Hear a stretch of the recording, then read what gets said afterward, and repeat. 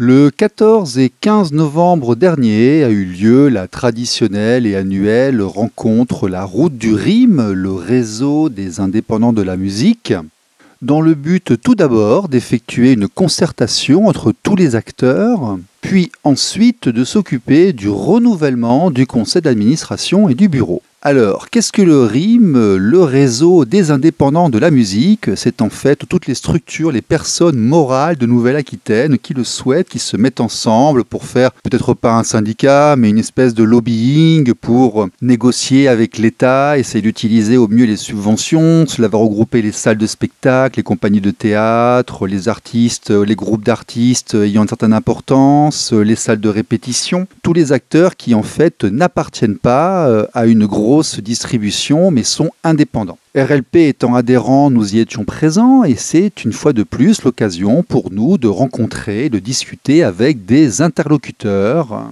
comme par exemple ici Stéphane du SIAM. Stéphane, directeur du SIAM, ancien administrateur du RIM maintenant. Tu es resté combien de temps administrateur? Sur ce mandat-là, je n'ai pas fait très long parce que je suis rentré après une vacance de poste il y a un peu plus d'1 an. D'accord. Par contre, j'avais été sur le CA sur le premier mandat, suite à la fusion des réseaux et la création du RIM. Donc je pense qu'en tout, j'ai dû faire 3 ou 4 ans, comme ça. D'accord. Qu'est-ce que tu as fait en fait? Qu'est-ce que tu retiens des 3-4 ans au CA du RIM? Mais comme ça a été dit, sachant que j'ai été administrateur du RAMA aussi, donc historiquement parlant, j'ai un peu le même sentiment que ce qui a été témoigné tout à l'heure, c'est que j'ai énormément appris. Ouais. Ça m'a vraiment permis d'élargir ma vision au-delà de ma propre structure. Ça, c'est une certitude. Après, ça fait une vue d'ensemble. Oui, d'avoir une vue d'ensemble, comprendre un peu déjà les métiers des autres, les réalités professionnelles, parce que moi, je gère un centre de formation, donc on est sur une activité assez ciblée par rapport à d'autres acteurs de RIM qui peuvent, notamment, je pense au SMAC, qui ont vraiment des déclinaisons de projets beaucoup plus vastes que les nôtres. Donc ça, c'est une bonne chose déjà. Et puis ensuite, j'ai eu l'opportunité aussi de faire valoir un petit peu nos spécificités à nous d'école et de centres de formation et de contribuer à cet écosystème qu'est le RIM. Donc le sentiment, il est d'avoir contribué et participé et bénéficié d'une richesse assez large. Une bonne compréhension aussi des enjeux territoriaux, parce que moi je suis sur la métropole bordelaise et comme ça a été dit là aussi tout à l'heure, c'est philosophiquement un endroit qui prend beaucoup de place dans les réflexions et heureusement par le biais du RIM on a pu commencer à... C'est la capitale régionale. Ouais, mais justement ça a permis de nourrir un peu plus d'empathie territoriale. Voilà. Bien sûr. Donc ça c'était très bien. Et enfin, alors ce que j'ai pu amener, c'est que là actuellement il y a une grosse réflexion qui est en cours autour de la transmission au sens large du terme. Ça a animé un peu les débats hier et notamment le fait d'élargir un peu le prisme de la transmission au-delà des écoles de musique. Et justement, dans le cadre de mon mandat avec Daniel Rodriguez, on a relancé une commission de transmission, travaillé sur son élargissement en termes de périphérie de projet.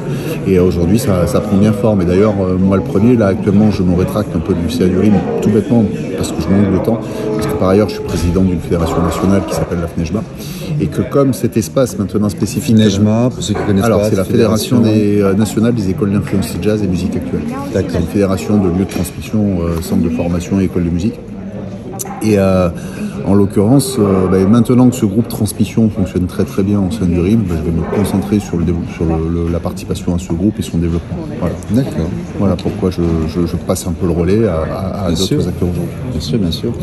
Bon, le SIAM cette année, comment ça va le SIAM? Ça va plutôt pas mal. On va dire qu'on a fait notre première rentrée à peu près normale depuis 5 ans suite, notamment principalement à la situation sanitaire et à ses conséquences. On a passé des années difficiles. Est-ce qu'on est revenu vraiment comme avant maintenant? Est-ce qu'on reprend Oui, en termes de dynamique, oui. En termes de volume d'inscrits, pas encore tout à fait, mais par contre en termes de dynamique, on sent que là, ça y est, ça reprend et notre capacité à nous projeter est bien meilleure. Et puis on a parlé il y a 1 an, on a appris technologiquement. Ouais. Oui, clairement. Et donc justement, la principale nouveauté aujourd'hui, mais c'est qu'on est en pleine rénovation de notre offre de formation, donc c'est quelque chose qu'on avait enclenché déjà l'année dernière. On est sur des formations plus modulaires, des modes opératoires et des médias un peu diversifiés, avec notamment justement le maintien de certains aspects un peu numériques. Alors pas tellement sur du distanciel, mais vraiment sur le fait de pouvoir utiliser certains outils qu'on avait optimisés pendant le confinement dans la gestion au quotidien de la transmission pédagogique. On s'est tous mis sur des machines en fait durant la période Covid, voilà. Et puis maintenant on les intègre à ce qu'on fait. Voilà, c'est ça, c'est-à-dire qu'en fait ça vient étayer certaines démarches de communication et de coordination pédagogique au quotidien. Tiens, d'ailleurs il faut que je t'en parle parce que j'ai rempli un sondage à la SACEM sur l'IA. Tu as peut-être dû le voir passer aussi. Oui, je l'ai vu passer, je l'ai pas encore. Voilà. L'IA, ça rentre aujourd'hui dans l'enseignement musical. Alors, le centre de formation, qu'est-ce qu'il dit par rapport à cette assistance d'ordinateur? C'est une aide à la création, c'est un ennui, c'est un handicap, c'est un bonus, qu'est-ce que c'est? De toute façon, la première chose, c'est que quoi qu'on puisse en penser, il va falloir faire avec. Oui. On a bien conscience que de toute manière, c'est la voie de la sagesse. C'est une évolution qui est là, et il va falloir qu'on travaille dessus et qu'on voit ce qu'on en fait, mais voilà, il ne faut pas être trop conservateur ou réfractaire, parce que de toute façon, ça va être là d'une manière ou d'une autre. Et en plus de ça, ce qu'on a pu constater aussi sur d'autres aspects qui peuvent se rapprocher de cela, c'est qu'au-delà de ce que pense le centre de formation de tout ça, c'est ce qu'en pensent surtout les bénéficiaires qui va être important. C'est-à-dire que les candidats, les gens qui vont en transformation, les gens qui vont venir à l'école, ça va sûrement faire partie de leur quotidien. Donc de toute manière, il va falloir qu'on ait un propos et une dynamique pédagogique autour de ça. Là, c'est différent, parce que le bénéficiaire, lui, il voudrait bien que l'IA qui s'entraîne lui paye ses droits, parce qu'elle s'entraîne sur lui, ce qui est normal. Par contre, celui qui apprend, qui va utiliser l'IA, lui, il veut apprendre à l'utiliser comme il faut. Oui, tout à fait, voilà, mais c'est ça, mais il va arriver avec. Voilà. De plus en plus, de la même manière qu'aujourd'hui, la totalité des stagiaires qui rentrent chez nous écoutent de la musique sur des plateformes streaming. Voilà, donc là aussi, quoi qu'on en pense, on est obligé de faire avec cette réalité-là pour nous adapter en termes de point de départ sur l'accompagnement qu'on a. Bien sûr. Donc sur l'IA, pour l'instant, on y est confronté de manière encore un peu minoritaire, mais on voit bien que ça pousse un peu la porte et que d'ailleurs il n'est pas impossible aussi que certaines plateformes de transmission numérique vont se nourrir de ça. Et évidemment que ça va avoir aussi un impact sur la création. Moi je pense que pour l'instant l'idée ça va être de cultiver deux choses. D'abord en effet ces outils-là, de mieux les connaître, de savoir comment les utiliser, mais aussi de transmettre une éthique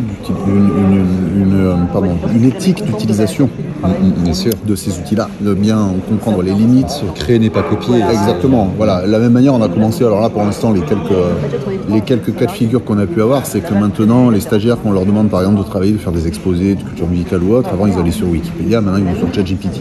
Mais à l'arrivée, le résultat est finalement encore un peu le même. C'est-à-dire qu'il faut qu'on accompagne les stagiaires à développer un sens critique, à apporter aussi une identité sur l'analyse des données qui a été récupérée.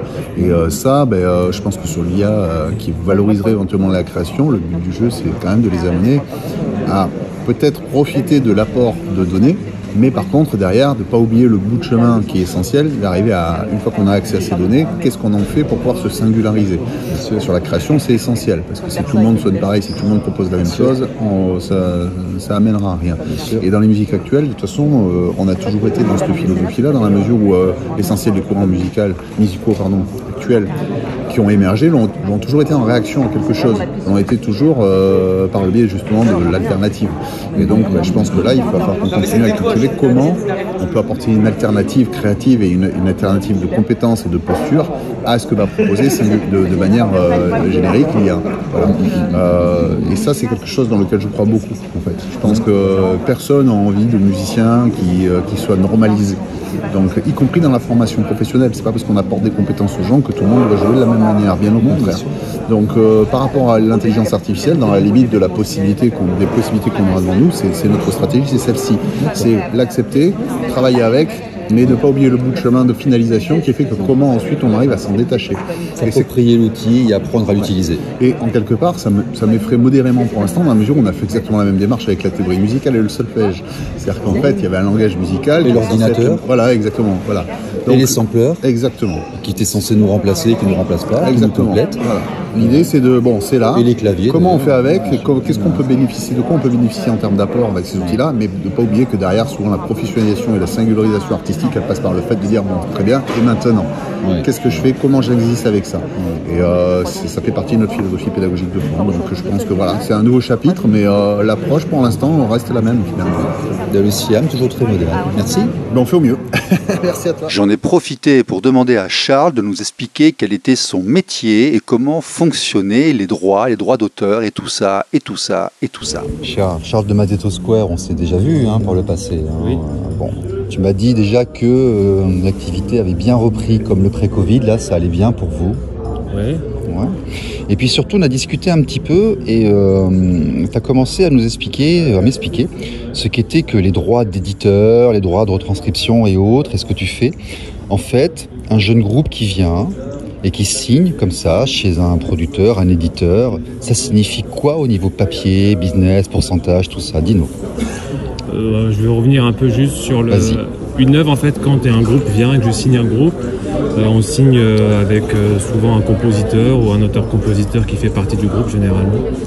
Et donc chez eux, j'ai à la fois une casquette d'éditeur, c'est-à-dire je pense par exemple à un compositeur qui écrit des pièces pour des quartettes ou des quintettes avec plusieurs musiciens.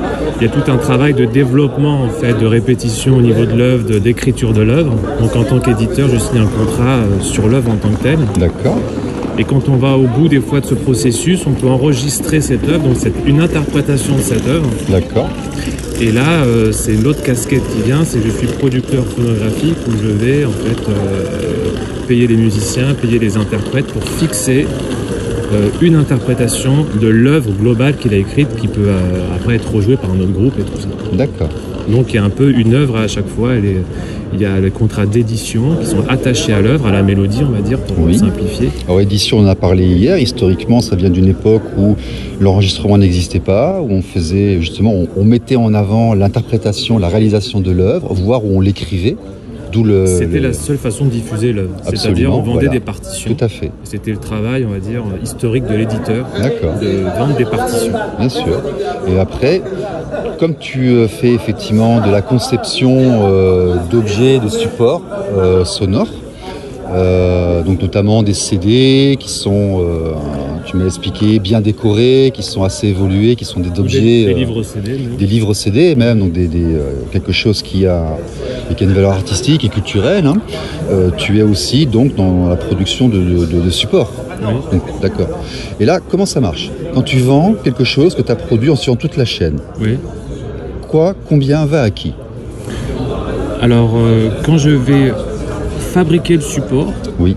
En France, on va dire que les auteurs et les compositeurs et les éditeurs liés à l'œuvre, ils vont être rémunérés via une taxe qui s'appelle la SDRM et qu'on va payer en tant que moi, quand j'ai la casquette de, on va dire, ça s'appelle un éditeur phonographique, un label en gros. D'accord. Quand je vais lancer la fabrication du support, je vais payer une taxe. C'est géré par donc la SDRM, qui est une filiale, je crois, de la SACEM. Enfin, ça fait un peu étatique, mais c'est vraiment ça. Il faut que les gens le savent. On va, même en tant que compositeur, soi-même là, on va imprimer des CD. On paye la taxe d'avance pour avoir le droit d'imprimer les CD. C'est une taxe qui est fixée selon le prix du CD et le nombre de CD qu'on... Oui, c'est ça. Donc là, le compositeur dont on parlait tout à l'heure, il va toucher son relevé SACEM, mais dessus, il y aura cette taxe que les CD aient été vendus ou pas. D'accord, oui, c'est ça. Ouais. Voilà. Et après, moi, quand je commercialise, donc je travaille avec un distributeur avec qui je remets mon stock de CD ou de livres CD. Lui, il touche un pourcentage dessus. D'accord, sur la vente, donc sur la marge, c'est ce qui reste. Voilà, donc en fait, si vous voulez, on va dire qu'en gros, sur un CD qui coûte 15 €, TTC, il y a 20% de TVA. Donc on va être sur un prix hors taxe de 12,50 €. Moi, j'ai un prix de gros, c'est-à-dire c'est le prix auquel je vends mon CD au distributeur, qui est aux alentours de 8,13 € à peu près, c'est-à-dire je lui laisse une commission de 35%, donc 12,50 €, moins les 35%, on arrive à 8,13 €. Ouais. Et là-dessus, donc j'ai déjà payé la SDRM à la base, donc c'est un pourcentage aux alentours de 9%, je crois, que j'ai la taxe que j'ai payée avant. Et après, je vais reverser ce qu'on appelle les royalties. Et là, c'est contractuel avec chaque groupe. C'est entre 10 et 15%. En fait, il te reste 2 €, quoi, même pas. C'est c'est ça, pour un CD. Oui. D'accord. Mais si j'en vends des millions... Bien sûr, oui, non, mais ça, on en rêve tous. Mais par contre, comme tu rentres dans le processus auparavant, tu as une part de cette SDRM? Alors comme je suis éditeur, effectivement, je vais retoucher, généralement c'est 50%. 50% de cette taxe va être reversée aux auteurs-compositeurs, 50% à l'éditeur. D'accord. Et comme souvent je signe les droits d'édition avec le compositeur parce qu'on a fait tout un travail de développement de l'œuvre, c'est une autre casquette en fait que j'ai. Bien sûr.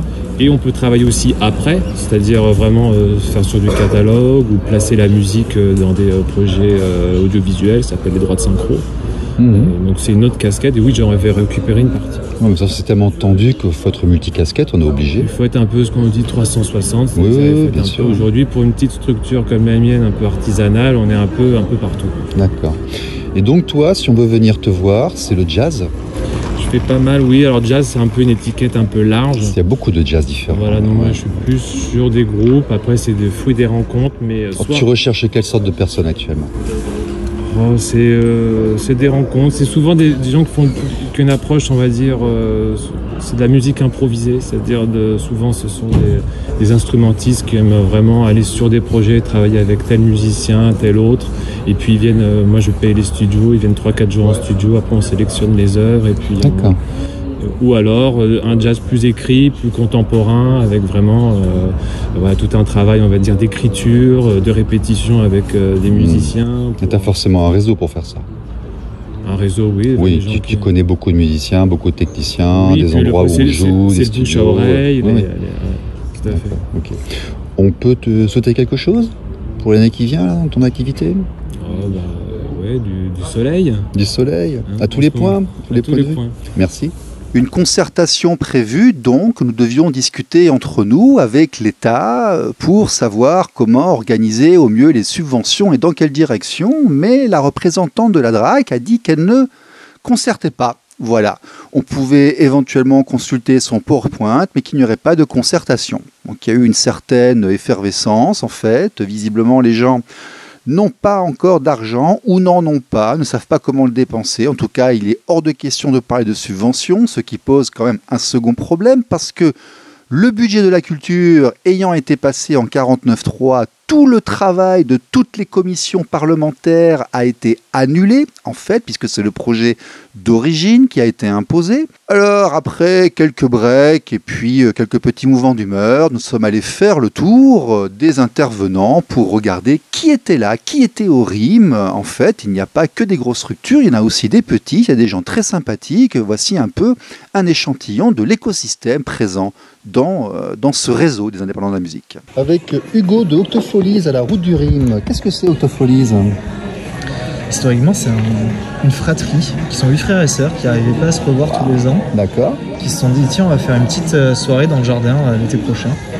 Et chacun s'est dit, bon, on invite 2-3 copains. Donc rapidement, tu arrives à 40 dans le jardin. Ouais. L'année suivante, ils se disent, bon, on va réitérer. Sauf qu'on va inviter une dizaine de potes. On a tel pote qui joue de la musique, on va l'inviter, on va lui faire une petite scène. Donc là, tu passes à 100 personnes avec un premier groupe. Donc tu changes de jardin? Non, toujours dans le même jardin. Il faut un grand jardin. C'était un grand jardin. C'était un grand jardin, d'accord. 3e année, 200 personnes, un vrai groupe professionnel, de plus en plus d'ampleur. Du son, exactement. Et là, on se dit, bon, tiens, peut-être quelque chose, quoi. Il va peut-être falloir passer à... Le jardin n'est plus assez grand, justement. D'accord. Il faut trouver un champ, maintenant. Un champ, une structure qui est prête à nous accueillir. Et donc là, on contacte la mairie qui nous file les clés du hall communal. Première année en public, ça marche pas trop parce qu'il faut le temps de faire son trou, tout simplement. D'accord. On officialise ça quand même. Bon, mine de rien, on s'amuse, ce qui est le principal. On fait venir des super groupes, ça se passe très bien, malgré le manque de personnes. 2e année, on se dit, bon, allez, on réitère. Cette fois-ci, le village nous donne les clés des arènes, là où il y a les courses de course andaise, qui est vraiment une infrastructure. C'était où? À Pomarès, à côté de Dax. Oui, dans Pomarès, il y a des bonnes arènes, il y a un peu d'espace déjà là. Tout à fait. Et voilà, pendant 2 ans, une première fois sur un jour, ça marche bien, la 2e fois 2 jours. Et là, paf, classique, je pense que la 3e fois, ça marche encore mieux. Et là, classique pour tout le monde, Covid qui arrive. Ah oui. Équipe municipale qui change, enfin en bref, trop de contraintes qui nous poussent un petit peu. D'accord. Et le RIM, en fait, vous a aidé? Alors il nous aide de plusieurs manières déjà, il nous aide sur des questions très spécifiques, notamment l'accompagnement sur des thématiques comme la prévention, ce genre de choses, où on a pu se former grâce à eux, grâce à des ateliers qu'ils ont notamment co-organisés avec la mairie de Bordeaux. Donc ils vous aident à vous former, et à suivre la réglementation. D'accord. Exactement. Okay. Ils vous avancent des sous aussi. Ouais, on a pu bénéficier du plan de trésorerie solidaire. Donc, on voyait quelques mois avant le festival que vis-à-vis de notre plan de trésorerie, justement, ça ne passerait pas. Et donc, les premiers frais, on a pu les payer justement grâce à une avance que nous a faite le RIM. Ils vous ont fait une avance que vous avez rendue après. Exactement. Donc, ils vous ont aidé à rendre le projet viable. Tout à fait. Donc, ils sont venus, ils ont regardé c'était pro, ils ont estimé la chose, et ils vous ont aidé à le réaliser. On avait un suivi régulier avec eux. On a tout remboursé dans les temps, ça s'est très bien passé. Vous avez réussi à redémarrer après le Covid? Exactement. D'accord. Dans Lot-et-Garonne, près de Duras, au château de la Grave-Béchade, où on a fait une première édition qui a été un succès, on était sold out. On est sur des petits formats où en fait on vend que des places 3 jours. C'est-à-dire on incite les gens à prendre ça comme une expérience au-delà d'un festival, où on vend pas de place à la journée. C'est l'électro, hein. C'est électro. Électro dance ou électro? On a de tout. Autant la première année, on a fait surtout venir des DJ. Donc, mais je veux dire, quel style? Ça va de tout, de la house à la trance allemande, du scooter. Exactement. Techno berlinoise, truc un peu sombre, truc dansant. On essaie de faire la line-up de façon cohérente aussi. Hein. Un peu comme ce qu'on trouve en Belgique, dans certains festivals, là où on fait du sport durant plusieurs heures, on va dire. Exactement. Ça sert beaucoup à ça aussi. Hein, Et on essaie de montrer qu'il y a aussi quand même plein de styles différents dans l'électro. Bien sûr, mais l'électro invente et innove, hein, quelque part. Hein, Vous êtes monté à combien de personnes dans votre... On était 300 l'année dernière, 300 cette année. C'est à peu près les jauges qu'on se fixe à chaque fois. D'accord.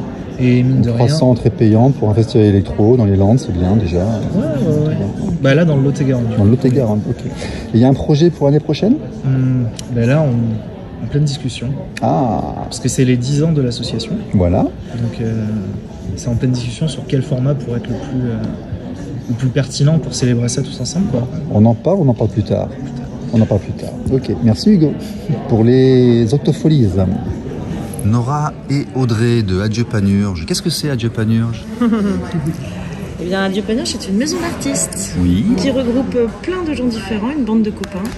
Des artistes, je suppose. Et oui, très différents, des danseurs, des musiciens, des chanteurs. Des musiciens, danseurs, chanteurs. Comédiens. Spectacle vivant. Spectacle vivant. Qui existe depuis 8 ans et qui, à l'occasion de ces 8 ans, a développé plusieurs créations. D'accord. Plusieurs créations, des créations en espace public, des dispositifs plutôt que des spectacles. Vous êtes vers où? On est à Bordeaux. On est basé à Bordeaux. Vous êtes à Bordeaux. Où c'est à Bordeaux? À la Fabrique Paula. D'accord. Ouais, c'est super. Alors, pour vous, le RIM, qu'est-ce que c'est? Pour nous, c'est nouveau déjà. Oui, donc vous arrivez. Et pourquoi vous êtes venu au RIM? Vous en avez entendu parler comment? Parce qu'on a au sein de notre association Adieu Panurge, on a un groupe de musique qui s'appelle Toto et les Sauvages, qui s'inscrit dans le réseau des musiques actuelles. D'accord. Et le RIM, on le connaît parce que c'est quand même un réseau hyper connu et puis qui a un endroit de ressources, de rencontres. Et donc là, on prend nos marques et on découvre tout ce qui s'y passe, tout ce qui s'y fait. Vous êtes venu consulter hier matin? Oui. Oui, on a bien consulté d'ailleurs. On a consulté, non pas concerté, mais oui, tout à fait. On était bien à la même réunion, en effet. C'est ça. On ne concertait pas, on consultait. On écoutait. Ça permet de mieux comprendre dans quoi aussi on met les pieds et dans quoi on est aussi. Et comme quoi, à plusieurs, on est plus fort parce que seul, face à ça, on pèse pas lourd, quoi. Donc, et puis c'est des politiques culturelles. Là, on est en chant de la musique, mais que nous on retrouve dans la danse, dans le théâtre, dans le spectacle vivant en général. Enfin, c'est les mêmes problématiques actuelles et du coup ça réveille bien les consciences et puis ça donne. Vous avez des attentes vous, par rapport au RIM? Vous pensez que ça vous apportera quoi Je pense que c'est peut-être une adéquation entre nous mieux comprendre l'ergonomie de notre projet musical et de rencontrer, je crois surtout tous les acteurs qui composent cette filière, parce que étant un peu sur plein de disciplines et de champs artistiques différents, parfois on peut pas forcément approfondir ou quoi. Donc il y a la socialisation et la mise en commun en fait. Ouais. Il faut être à plusieurs. Et puis l'entraide, on a vu ce matin tous les outils qui sont mis à notre disposition. Ils sont en train de mettre en place l'achat en commun, lobbying, bien sûr. Et puis de conseils, je pense que pour échange nous, d'expérience, formation, regroupement. Ouais, complètement. Donc ça donne très envie de s'y investir. Et puis, ce que je disais tout à l'heure, il est hyper beau ce réseau. Enfin, je trouve que depuis hier, il y a une belle bienveillance, il y a un engagement de tous les adhérents qui est magnifique. Et du coup, on est fiers d'intégrer un réseau pareil. En fait. Adieu Panurge, qu'est-ce qu'on vous souhaite pour cette année? De l'amour. Mais il y en a plein partout, il suffit de trouver. Ça, c'est vrai, il suffit de regarder. Continuer à rêver, puis à faire rêver, jouer à fond. Vous avez retrouvé le numéro pré-Covid? C'est bon, vous avez passé cette étape? Non, on a bien... Vous n'avez pas souffert durant le Covid?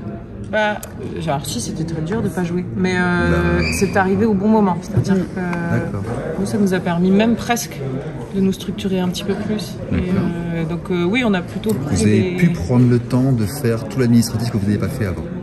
Oui, aussi. Il y a ça. Il y a un certain point commun à droite et à gauche. Quand même, Et puis on était plutôt dans la création. Oui, d'accord. Beaucoup de gens ont créé, se sont formés aux technologies, se sont formés à plein de choses, ils ont créé. Donc nous, on était déjà là-dedans, donc ça...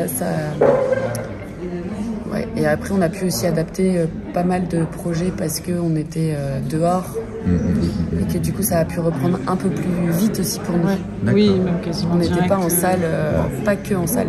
Et du coup... Ça avait le vent en poupe un peu quand même. Nora, Audrey, Adieu Panurge, merci. Merci à vous. Fabienne Degors, événement à part. Bonjour. Bonjour. Qu'est-ce que c'est que événement à part? Alors c'est une association qui est située... Attendez. Non, c'est bon, excusez-moi. C'est une association qui est située en Corrèze. D'accord. À côté à Lubersac exactement. À côté de Pompadour. Et en fait, elle existe depuis 2018. Et elle est née d'une envie de développer la créativité chez chacun de nous, de soutenir des artistes dans des projets pluridisciplinaires et au service du patrimoine, du paysage, de l'environnement. Donc on a plusieurs volets. On a commencé par organiser un concert chez nous, parce que c'est un site un peu particulier. C'est un ancien château du XVIe siècle qui a été abandonné à la Révolution, qui a été abandonné après pendant 40 ans et qu'on a acheté, qui est devenu notre maison, dans lequel on a fait une restauration traditionnelle et écologique. Et on s'est dit que on trouvait que c'était compliqué pour certaines personnes d'aller voir des spectacles, que c'était loin, qu'il fallait aller en ville, que c'était peut-être bien d'amener le spectacle là où on était, et que ce soit les amis des amis qui viennent assister à ce qu'on aurait pu leur proposer. Et puis on a commencé par un concert. On a fait un concert avec l'idée, pourquoi à part, c'est que on s'est dit que c'était bien que les gens puissent se préparer à recevoir une émotion et que c'était bien qu'ils viennent sur place un peu avant pour pouvoir se poser, se rencontrer, des gens qui ne se connaissent pas forcément puisque c'est les amis, les voisins qui sont des milieux différents et qui ne se côtoient pas forcément et qui passent un moment ensemble à partager une émotion qui leur fasse du bien et qui repartent avec des étoiles dans les yeux. Donc ça a commencé un peu comme ça, avec 1 ou 2 concerts, et puis ensuite... Donc vous faites des concerts en fait. Alors là c'était des concerts en plein air, la nuit, pour mettre des conditions, créer un décor. Et puis en fait j'ai 2 filles, une qui est qui est artiste, auteure, compositrice, qui maintenant est sur Bordeaux, et une autre qui est partie dans la danse, le cirque et l'acrodance. Et du coup, on a eu l'idée à un moment donné de se dire pourquoi on ferait que des concerts, pourquoi on ne ferait pas aussi du spectacle vivant. Donc on a commencé à faire un projet pour faire se rencontrer les professionnels et les amateurs. Et donc on a commencé comme ça en 2018. On a créé l'association en 2018 et on a invité en fait des chorégraphes professionnels avec des techniciens professionnels à faire travailler des jeunes danseurs qui étaient des amateurs au sens large, ou des jeunes en voie de professionnalisation, qui étaient des jeunes qui étaient dans des écoles, qui ne savaient pas encore qui allait faire leur métier de la danse. Et on les faisait travailler ensemble sur le site qui devait être le site qui était la source d'inspiration. C'était dans l'idée de faire regarder le paysage, regarder le patrimoine différemment. Vous faites des concerts avec du spectacle vivant. Alors on fait d'un côté les concerts, voilà. D'accord. Et c'est une association? Oui. Et vous êtes combien? Alors à l'association, en permanence, on est 3 coprésidentes. D'accord. Et ensuite, on a 2 services civiques. Oui. Parce qu'on a eu un agrément service civique depuis 2 ans maintenant. Et après, on a des bénévoles. Et donc, on est vraiment comme un organe vivant. C'est-à-dire que l'été, on a plein de monde. Je comprends. Tous les bénévoles qui participent. Et l'hiver, on fait plus des résidences, de l'accompagnement d'artistes, on essaye de leur trouver les dates, on leur organise du coaching scénique, des choses comme ça, et on a des artistes en musique actuelle qu'on soutient qui sont sur Bordeaux. De l'encadrement, du suivi, du coaching. En fait, c'est un peu des apprentissages autonomes, c'est-à-dire qu'on apprend à les accompagner en les accompagnant. D'accord. Et pourquoi le RIM? Qu'est-ce qui fait que vous venez nous voir au RIM? Qu'est-ce que c'est pour vous? Qu'est-ce que c'est le RIM? Eh ben, on vit à la campagne, donc on est quand même assez isolé. Et on se rend compte que c'est très difficile de tisser des liens et d'apprendre tous les métiers de... Donc pour vous, c'est un réseau? C'est vraiment une famille, oui, c'est un réseau. D'accord. Donc vous êtes venu dans le RIM, vous y attendez des rencontres et de constituer un réseau? De rencontrer des gens avec lesquels on va échanger, qui vont pouvoir peut-être être intéressés par ce que nous on propose et qui vont nous apprendre des choses sur comment on peut travailler ensemble, comment se professionnaliser, comment grandir, comment... D'accord, donc de l'information aussi, de la formation, un peu de business éventuellement. Oui, et puis du soutien amical et moral et tout, parce qu'en fait c'est quand même c'est difficile. On l'avait vu hier matin. Vous étiez là hier matin? Oui, bien sûr. Est-ce que vous avez vécu ça comment hier matin? J'étais très surprise parce que pour une première... c'est votre première apparition? C'était la première vous avez vu ce que c'est que de négocier avec l'État? Oui, alors moi je le savais parce que dans une vie antérieure, j'étais consultant, je suis architecte de formation, et j'étais consultant, je travaillais pour des organisations internationales et pour des ministères. J'étais extérieure mais je participais à des commissions et donc je voyais un peu j'ai compris un peu ce qui peut se passer entre ce qu'on peut dire vraiment, ce qu'on dit vraiment, ce qu'on essaye de faire passer ou ce qu'on fait passer en force. Et là, c'est vrai que c'était très surprenant. Enfin, je m'attendais pas à ça du tout hier. Je m'attendais pas du tout à une... peut-être je sais pas comment dire. C'était surprenant de voir qu'il y avait un échange où tout le monde était partenaire et donc je m'attendais à ce qu'il y ait vraiment un échange cordial et transparent et qu'en fait il y avait plein de choses qui étaient non dites. Et il y avait une manière de détourner le regard des gens sur autre chose pour pas qu'on regarde là où il y avait un problème que personne voulait regarder ou que voulait pas qu'on regarde. J'ai compris que les positions n'étaient pas très faciles ni pour les uns ni pour les autres, mais j'ai trouvé que les membres, les réseaux, tout le réseau qui est derrière, qui a travaillé sur le fond, se sont pas laissés berner quelque part, ils ont refusé. Alors je sais pas si c'était juste ou pas parce que le résultat c'est peut-être qu'il se passera rien du tout et qu'il y aura rien d'injecté dans ce qu'ils nous ont proposé, mais en même temps quelque part c'était tellement malhonnête de venir avec un sujet qui n'était pas le sujet en demandant de travailler sur un document qui tombait du ciel que c'est vrai que c'était pas juste et respectueux pour ceux qui étaient là de leur imposer quelque chose qui n'avait rien à voir et de balayer d'un revers de main tout le travail qui a été fourni par toute une équipe. Voilà. Avec hier soir, ils nous ont dit à l'année prochaine. Oui, alors ça c'était encore plus étonnant. N'est-ce pas? Très bien, merci. Comme il y avait eu quelques vagues, le soir, nous avons eu droit à la visite d'un responsable de la région qui nous a expliqué que tout allait bien parce que nous étions d'accord sur le fond et que le problème était uniquement sur la forme et que la forme, ça se corrigeait facilement. Donc cette personne était extrêmement confiante et nous a dit que la prochaine fois nous serons meilleurs et donc on se reverrait l'année prochaine. C'est magnifique, c'est une magnifique leçon de démocratie. Le lendemain, nous avons donc enchaîné sur l'Assemblée Générale. Et puis, le RIM, c'est aussi un collectif, essayer de se mettre ensemble pour éventuellement négocier des prix d'électricité, pour éventuellement acheter du matériel, mettre ensemble les acteurs de Nouvelle-Aquitaine, tous ensemble, pour être plus forts dans les négociations. C'est aussi le but du RIM. Rissé Gallet du CRMTL, qu'est-ce que tu en penses, toi, des achats groupés, l'achat d'électricité en commun ? Je pense qu'il faut l'envisager aussi sous une dimension éthique, c'est-à-dire comment on fait pour s'assurer que, alors qu'on est plutôt dans une démarche un peu anticapitaliste, essayer de faire des coups à chaque fois, comment on fait pour arriver à des achats qui soient efficaces pour nos adhérents et en même temps éthiquement responsables. Se mettre ensemble, par contre, c'est bien pour avoir des prix, non ? Ah oui, se mettre ensemble, c'est très très bien. Après, il faut toujours, c'est les externalités négatives qu'il faut essayer d'envisager, parce qu'il y en a toujours. Bien sûr. Je prenais l'exemple de la banque, on pourrait se dire effectivement, on se met tous sur une banque en ligne qui est dématérialisée et on paye beaucoup moins cher, sauf que nous, en milieu très rural, par exemple, on est content d'avoir des agences bancaires qui sont encore dans les bleds dans lesquels on travaille, où on peut aller faire des fonds de caisse, où on peut aller avoir un interlocuteur physique. Et si on fait ça, on participe nous-mêmes à la fermeture des agences, qui est aujourd'hui une réalité. Non, mais la négociation n'est pas une obligation. Non, elle n'est pas une obligation, c'est sûr, mais elle est une façon peut-être d'encourager des mouvements contre lesquels, par ailleurs, on peut proposer une mise en concurrence des acteurs. Sur le matériel, par exemple, c'est sûr que Thomann, aujourd'hui, pour acheter du matos, ça reste le moins cher. Tu fais venir, tu as des cartons énormes avec un petit machin dedans, amené par un livreur. Voilà, il n'y a plus de magasins de fourniture de matériel, de musique aujourd'hui. Ils ferment tous les uns derrière les autres. D'accord. Alors, il faut juste envisager quelle responsabilité on a ou pas dans cette histoire. D'accord, ok. Merci. Avec plaisir.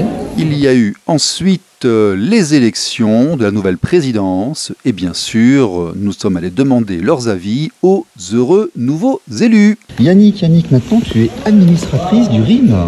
Oui, c'est tout nouveau. L'élection s'est faite là. Voilà. Ça va être une nouvelle expérience.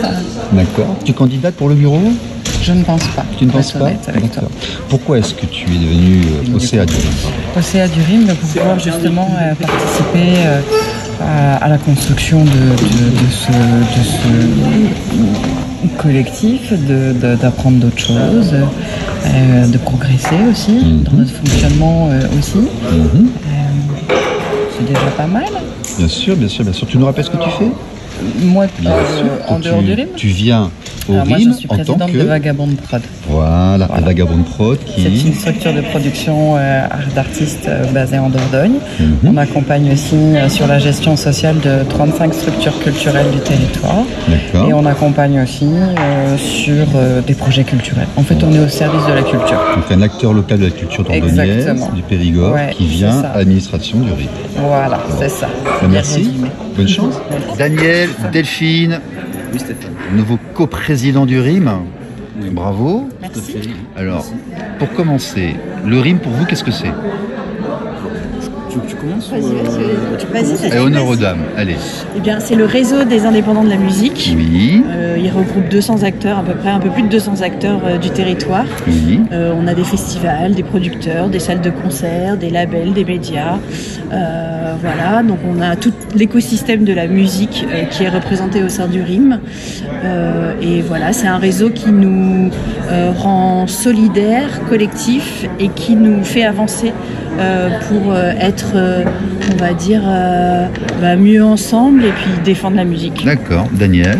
Oui, je vais dire exactement ce qu'a dit Delphine, parce que c'est mon binôme de D. D'accord. Compris. Non, moi je voulais appuyer l'aspect solidaire du réseau et surtout aussi de trouver un peu des outils qui vont permettre un petit peu d'accompagner en fait et le fait de se mettre ensemble aussi, de ne pas être de ne pas négocier un par un certaines choses qui parfois sont compliquées. C'est le plaidoyer, tu vois. Oui, de prendre de la force. On va pas parler de lobbying, on va parler de plaidoyer si tu veux auprès des partenaires publics notamment. Quelque part on peut assumer. En vrai on est plus on est moi, ce qui m'intéresse, c'est qu'est-ce qui fait en fait. Même objectif, bien sûr, mais qu'est-ce qui fait comme ça qu'on se présente pour aller au CA d'une association comme le RIM ? Quelle était votre motivation en fait ? Pour moi, c'est avant tout un acte militant. D'accord. Et c'est aussi un acte territorial. D'accord. C'est-à-dire que nous, tu vois où est-ce qu'on est ici ? On est à Bayonne. Oui. On est un petit peu éloigné un petit peu du centre névralgique de la région. Mais toi, tu es d'où d'ailleurs ? Toi, tu es de Bayonne ? De Bayonne. D'accord. Ok, d'accord. Tu es localement de Bayonne. Voilà, sur Bayonne. Oui. Et c'est aussi à la base, moi, mon axe c'était de représenter un peu nos histoires et les acteurs du territoire à l'échelon régional en fait. Souvent, en tout cas à l'époque où je suis arrivé, j'avais cette vision très bordelaise, on va dire, d'un réseau régional. J'ai entendu en fait. Parler de ça. Voilà. Et l'idée c'était aussi de dire on va essayer d'apporter aussi voilà, il n'y a pas de compétition entre Non, bien sûr, bien sûr. Vraiment à l'échelle territoriale, c'était ça. Ok. Et toi? Alors moi, c'est aussi un acte militant, évidemment, mais c'est aussi une sorte de devoir. C'est-à-dire que moi, je dirige une SMAC, donc une scène de musique actuelle. Hein. On a un label d'État, on est en banlieue de Bordeaux, on est une petite SMAC. On va dire le nom d'ailleurs. Elle s'appelle l'Inconnu. D'accord. Et en fait, je trouve que c'est important que nos lieux labellisés puissent s'engager sur des questions collectives. Oui, puis tu avais une expertise, une expérience et du temps à apporter. Exactement, exactement. Okay. Peut-être plus que des petits acteurs bénévoles. Vous avez discuté un peu entre vous, vous 6 là. Qu'est-ce que vous allez porter en fait, le nouveau bureau? Que va porter ce nouveau bureau durant l'année qui vient? Alors, on n'a pas eu l'occasion de discuter encore entre nous. Oui. En vérité, on vient d'être élus, donc voilà. Par contre, on a des missions, déjà, il y a un cadre de mission, voilà, et puis je pense que sur les prochaines réunions, on va pouvoir mettre en place une feuille de route, voilà, suivant les axes qui ont été validés sur le projet, en fait, 2024-2026 du RIM. Bref, si je me trompe, ça va être ça. À mon avis, la prochaine étape, elle est là. D'accord. Oui, je crois que c'est ça. Ouais. Vous nous gardez Florent? Bien sûr. D'accord. Oui. Ok. Vous pensez quoi de la consultation, la négociation avec l'État? Ça fait. Qu'est-ce que vous en pensez? Ah non. C'est peut-être pour ça qu'on se met tous ensemble, c'est pour ça peut-être? En fait, la concertation, si tu veux, pour nous, c'est très important parce que c'est un endroit vraiment de réflexion collective où on peut recueillir tous les besoins du terrain, en fait. Bien sûr. Et de pouvoir les porter plus haut pour avoir des financements publics qui n'existent pas, inventer, innover. Enfin, voilà. Nous, il y a un vrai enjeu pour le contrat de filière et on est ravis que tous les partenaires se mettent autour de la table pour discuter de ça. Après, évidemment, on a besoin que les remontées de terrain soient entendues en fait et transformées derrière en action. Bien sûr. Oui, il faut savoir que le RIM, par l'intermédiaire de Florent notamment, œuvre énormément à ce contrat de filière, en fait, à ces concertations en tout cas. Tout à fait. Et pas que. Hier, on a consulté surtout. Comment? On a consulté plus que concerté hier en fait. Oui. Mais généralement, ça se passe pas comme ça. Bon, c'est une exception. C'est vrai que c'est la première fois et ça tombe chez nous à Bayonne. Oui, bah oui. Moi, j'ai une poisse énorme depuis quelques jours, si tu veux. Ça, tu le passes pas, mais je me dis mince, ça me suit jusqu'à cette concertation, tu vois, qui n'en était pas une finalement. Très bien. On se voit au mois de mai. Bien sûr, avec plaisir. Bon hiver. Au revoir. Merci. Et pour terminer, bien sûr, comme à chaque fois, l'avis du directeur, Florent Tellet, l'animateur de ces 2 jours de haut vol, qui n'a pas eu une seule seconde à lui et qui a quand même géré tout ceci de main de maître. Nous lui demandons sa conclusion sur cet événement. Florent Tellet, cette route du Rhin, finalement, c'est une belle réussite. Oui, un grand plaisir, une route du Rhin importante avec le renouvellement de la gouvernance, avec le bilan du fonds de trésorerie solidaire entre les adhérents, avec une réflexion. Je crois que l'argent n'a jamais été aussi présent, sans être dit, que durant ces 2 jours, depuis que je vous connais. Oui, c'est vrai, mais malheureusement, le secteur culturel vit ce que vivent malheureusement tous les citoyens de ce pays. C'est l'inflation, c'est la crise de l'énergie, c'est la contraction des aides publiques, des grandes interrogations sur le modèle économique de notre secteur. Donc oui, évidemment. Qu'est-ce qui s'est passé hier matin ? Hier matin, nous étions en concertation territoriale et nous avons débattu de l'organisation de comment doit se passer la co-construction des politiques publiques. Ce sera ta version ? Oui. D'accord, très bien. La dernière fois que je t'ai parlé, c'était il y a 1 an à Rochefort, parce qu'entre-temps, Simon est venu à la place de la radio, et Simon est venu à 2. Et c'était très pessimiste. Tu m'avais dit, on n'est pas sûr que la route du Rhin existe encore. Nous sommes encore là, c'est bien. Qu'est-ce qui s'est passé ? Il s'est passé que nos partenaires comme nos adhérents et notre gouvernance se sont remontés les manches, l'équipe aussi, et que nous partions effectivement d'une situation délicate avec un déficit de plus de 100 000 euros par an, et que tout le monde a mis du sien pour trouver des solutions. L'équipe a fait beaucoup d'efforts, d'économies. La gouvernance a réfléchi à l'organisation de notre réseau, de nos activités. Nos partenaires partenaires nous ont soutenus un peu plus, autant qu'ils le pouvaient. Et au final, effectivement, on s'en sort, c'est bien, le RIM est encore là et il est encore là pour longtemps.